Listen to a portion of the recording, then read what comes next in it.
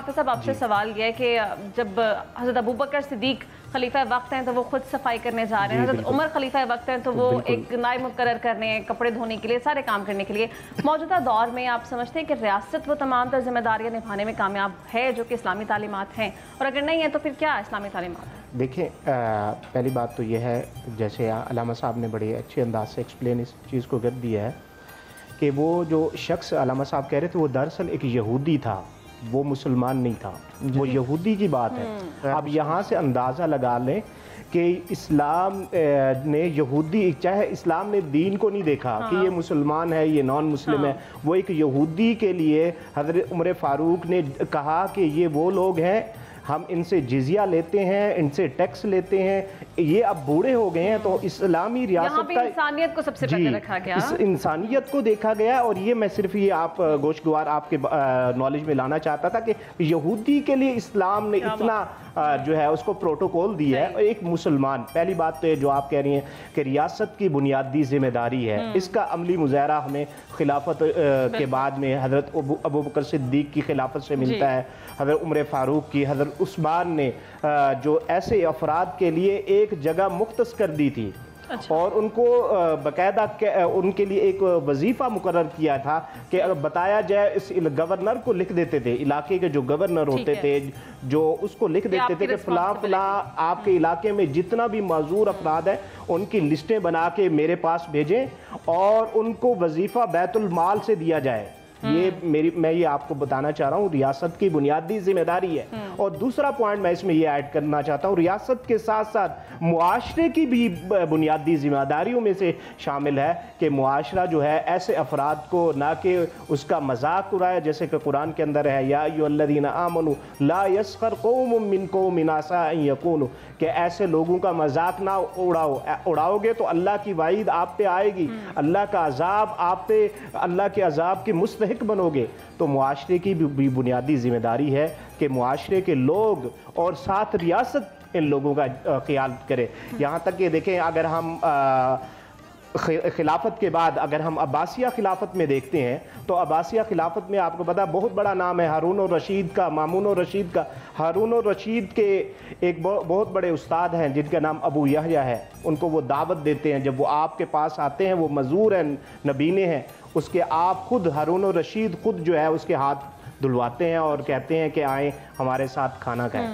और इसी तरीके मामून और रशीद की हम तारीख को पढ़ लें और इसके बाद भी जितने ताबिईन की ज़िंदगी है उनको पढ़ लें, इम्मा इज़ाम की हम ज़िंदगी को पढ़ लें, तो हमें उनसे उनकी तमाम जो है ज़िंदगी से हमें ये मिलता है कि उन लोगों ने ऐसे लोगों के साथ बड़ी मदद भी की और उनको सपोर्ट भी किया। रियासत की बुनियादी जिम्मेदारी है कि ऐसे लोगों के साथ, मैं तो ये कहना चाहूँगा कि आपने ये बहुत अच्छा उन्वान जो है आपने इंतखाब किया और ऐसे उन्वान पे बात होनी चाहिए। और इस हवाले से जो, क्योंकि हमारे मुआशरे में इस पे बात बहुत कम लोग करते हैं। बिल्कुल ऐसे, बिल्कुल ऐसे। अभी ब्रेक पे जाना है नाज़रीन, ब्रेक से वापस आते हैं तो गुफ्तगू कंटिन्यू करेंगे। Stay with us.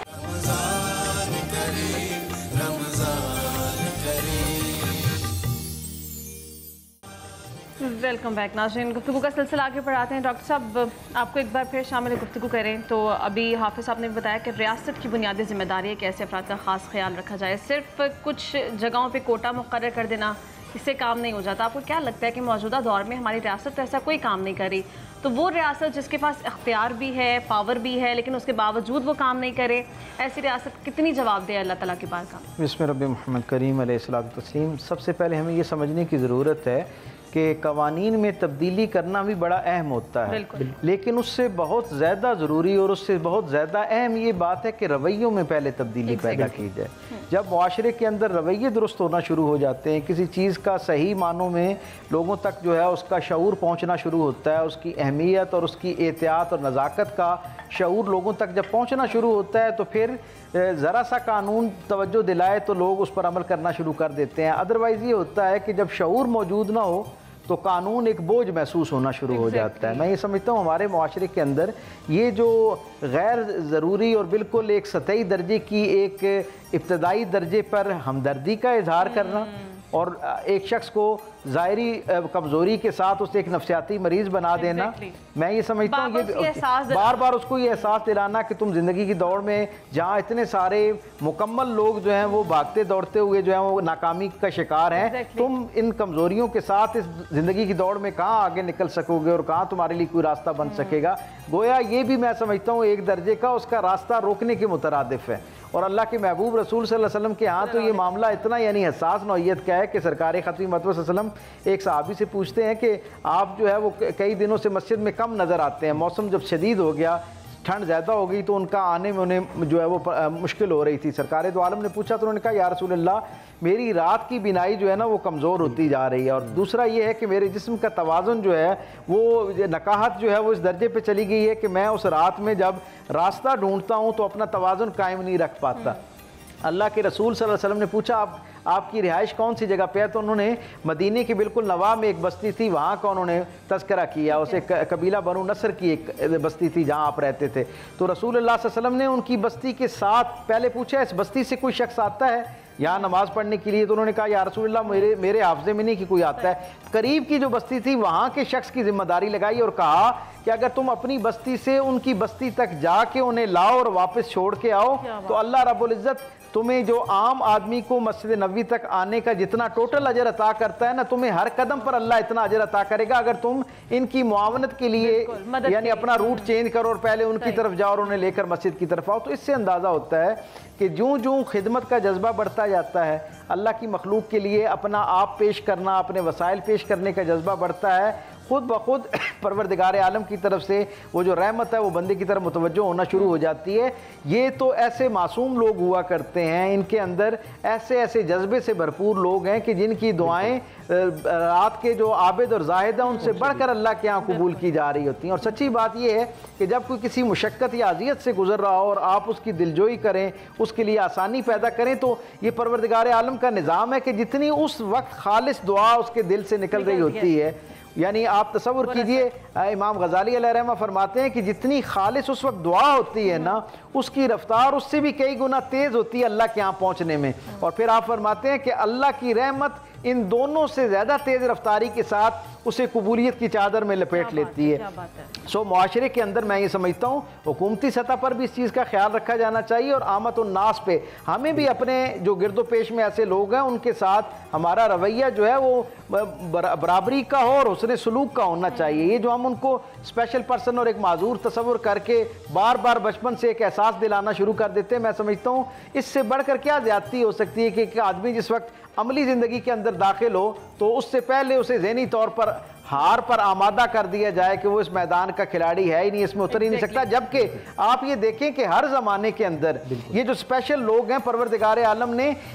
इनको जब तौफीक दी तो इनसे भी अल्लाह ने बड़े मुनफरिद काम लिए हैं। हर ज़माने के अंदर ज़ाहिरी तौर पर जो बड़े कमज़ोर हमें लोग नज़र आते हैं, मुस्तकिल पैदाइशी बीमारियों और कमज़ोरियों का शिकार लोग नज़र आते हैं, उनसे भी अल्लाह ताला ने इस मुआशरे के लिए और इस दुनिया के लिए कैसे कैसे खैर के काम लिए। कितने बड़े बड़े दानिश्वर, अदीब, शायर, दानिश्वर, साइंटिस्ट, इवन आप देखें ऐसे जो ज़ाहिरी तौर पर किसी आर्जे का शिकार है, उनको देखें तो यूं लगता है शायद ये एक दिन भी अपनी एक दिन क्या एक जो सानिया है वो भी शायद उनके लिए गुजारना मुश्किल है, जबकि परवरदिगार आलम उनके हाथ से न जाने और कितने लोगों की ज़िंदगी के अंदर आसानी और राहत का जरिया उनको बना रहा होता है। हाफिज़ साहब, जहाँ मुआशरे की जिम्मेदारी है, अभी डॉक्टर साहब ने बड़ा अच्छा एक्सप्लेन किया कि रियासत की भी जिम्मेदारी बनती है, माजूर अफराद की खुद भी एक बहुत बड़ी जिम्मेदारी बनती है कि अपने आप को उस मुआशरे में मनवाना है। तो वो अफराद जो कि इस तरह किसी आर्जे में मुब्तला हैं या माजूर हैं, वो गदागरी की तरफ चले जाते हैं। हमें बहुत बड़ी तादाद दिखाई देती है ऐसे लोगों की जो कि माजूर है और सिर्फ भीख मांगने की हद तक के महदूद हैं। ऐसे लोगों के लिए क्या फरमाया क्या? देखें, गदागरी मांगना वैसे तो इस्लाम में इसको नाजायज़ और हराम करार दिया गया है, लेकिन उलमाए किराम इस बार ऐसी सिचुएशन में, ऐसी सूरत हाल में जायज़ करार देते हैं उस सूरत में जब रियासत भी माजूर अफराद की या ऐसे खुसूसी जो अफराद हैं उनकी मदद ना करे और मुआशरे के अफराद भी उनको जो है वो बिल्कुल भी उनकी किसी किस्म की मदद ना करे, तो इस सूरत में अगर वो गदागरी पे आते हैं तो इस सूरत में उनके लिए जायज़ बन जाता है। कि अदरवाइज़ ریاست کی بنیادی ذمہ داری ہے کہ ایسے لوگوں کے لیے جو ہے وہ سینٹر بنائے جائیں، ایسے لوگوں کو کی تعلیم باقاعدہ ان کو تعلیم اور ہنر کے ساتھ آراستہ کیا جائے، ان کے لیے الگ الگ صرف جیسے آپ کہہ رہے تھے کہ کوٹا خاص کر دینا نابینا افراد کے لیے اتنا، معذور افراد کے لیے اتنا، اس سے کام نہیں چلے گا، کیونکہ اگر دیکھیں ہم ایک ہماری جو ریاست ہے، ہم یہ پاکستان جو ہے وہ لا الہ الا اللہ محمد الرسول اللہ کی بنیاد پہ بنا ہے، ہمارے اکابرین نے جو ہے وہ اس بیس پہ اس ملک کو بنایا ہے، اور جی عملی طور پہ وہ نہیں ہے، کیونکہ اگر اس کا عملی مظاہرہ کرتے ہیں تو ہم جو خلفائے راشدین کی زندگی کو دیکھتے ہیں، انہوں نے اس کے لیے باقاعدہ سینٹر قائم کیے تھے، اور انہوں نے بیت المال میں ایک حصہ مقرر کیا تھا جس میں وہ معذور افراد، ایسے جو خصوصی افراد ہیں، ان کی مدد کی جاتی تھی۔ بلکہ حضرت عمر فاروق کے زمانے میں تو بالاہتمام اس کا بڑا یعنی ریاست کی طرف سے انتظام کیا جاتا کہ جو ابتدائی طور پر بچے لکنت کا شکار ہو جاتے ہیں، جس طرح ہکلاٹ کا شکار ہو جاتے ہیں کچھ بچے، ان کے لیے باقاعدہ ری ہیب کے سینٹرز آپ نے قائم کیے۔ یہ آج پوری دنیا میں اس کی بڑی حوصلہ افزائی ہوتی ہے، لیکن یہ سب سے پہلے حضرت عمر فاروق رضی اللہ تعالیٰ عنہ جو ہے،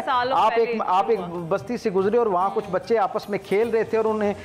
گفتگو کے دوران پتہ چل رہا تھا کہ یہ کھیل کے دوران ایک دوسرے کو جب مخاطب کرتے ہیں تو ہکلاتے ہیں۔ حضور نے پوچھا، حضرت عمر فاروق نے پوچھا کہ یہ کیسے ٹھیک ہوں گے، تو انہوں نے کہا کہ ہمارے یہاں جینیٹیکلی کچھ ایسا معاملہ ہے کہ شروع میں بچے ہوتے ہیں، پھر کچھ بچے ٹھیک ہو جاتے ہیں۔ کہا کیسے ٹھیک ہوتے ہیں؟ کہا یہاں ایک خاتون ہے جسے ان لفظوں کا فن آتا ہے، وہ اس کی مشق کرواتی ہیں تو یہ درست ہو جاتے ہیں۔ آپ نے ان کا دوہرا وظیفہ مقرر کیا، اور انہیں کہا کہ آپ موسنا ہیں سارے علاقے کی، کہ آپ کی وجہ سے یہاں کے بچے جو ہیں وہ آسانی سے بولنا جو ہے وہ شروع کرتے ہیں۔ پھر انہی کے اس ماڈل کو آپ نے پھر باقی ریاست کے اندر اپلائی کیا، اور 12 سے زائد ایسے سینٹرز قائم کیے آپ نے۔ کیا بات ہے، اگر ہم یہ چھوٹی چھوٹی چیزیں اڈاپٹ کریں ڈاکٹر صاحب تو ہمارا معاشرہ ایک بہتر معاشرے کے طور پر سامنے آ سکتا ہے، اور بطور ریاست بھی ہماری ریاست ایک اچھی ریاست بن سکتی ہے۔ ناظرین، ٹرانسمیشن کا وقت اپنے اختتام کو پہنچ چکے ہیں، آپ سے اجازت لیں گے، لیکن جانے سے پہلے حافظ عبدالرحمن سلطانی صاحب ہمارے ساتھ ہیں، کلام ان سے سنتے ہیں، پھر انشاءاللہ آپ سے ملاقات کریں گے وقت افطار۔